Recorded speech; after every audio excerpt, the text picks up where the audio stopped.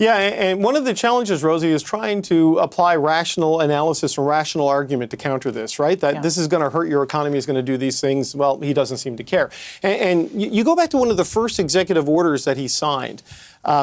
It's a minor thing, but it's illustrative with what he has done and other things that he has said leading up to today.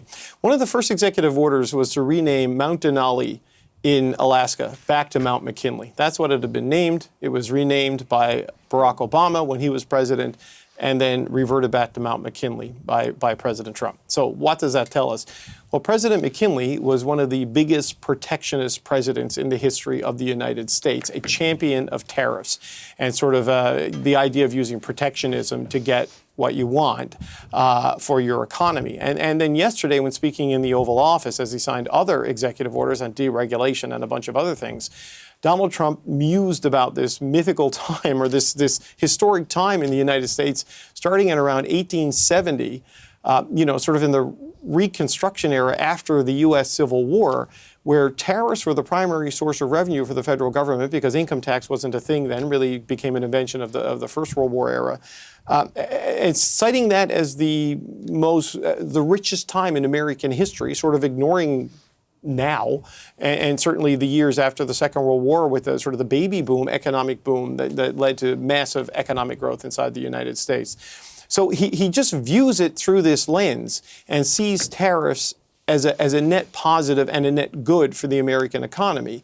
And this is the position held by people like Orrin Cass and Robert Lighthizer, who are two of the sort of intellectual, founders of this approach that Trump has embarked on now, that tariffs, the disruption they cause, is less painful than the benefit you gain from domestic investment and the repatriation of manufacturing. So this is a big step on trying to achieve the goal, going back to his love of President McKinley and the post-Civil War era in terms of how the U.S. was functioning, and try to harness that into a modern, global, deeply intertwined economy, far more complex than anything that existed in 1870, even 1970, and try to impose that philosophy on an economy in 2025 and mitigate the damage and the damage to the relationships with his continental allies and partners.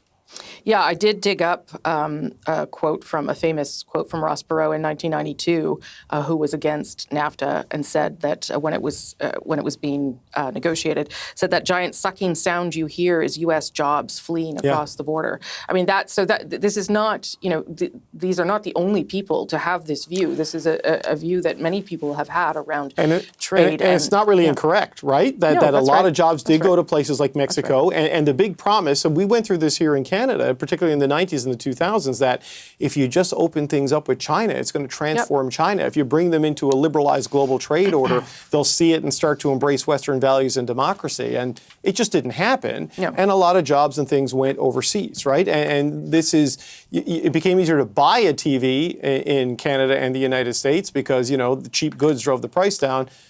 You stopped making them. You stopped building them because those jobs went away, right? So this was the trade-off, and they're basically saying enough of that.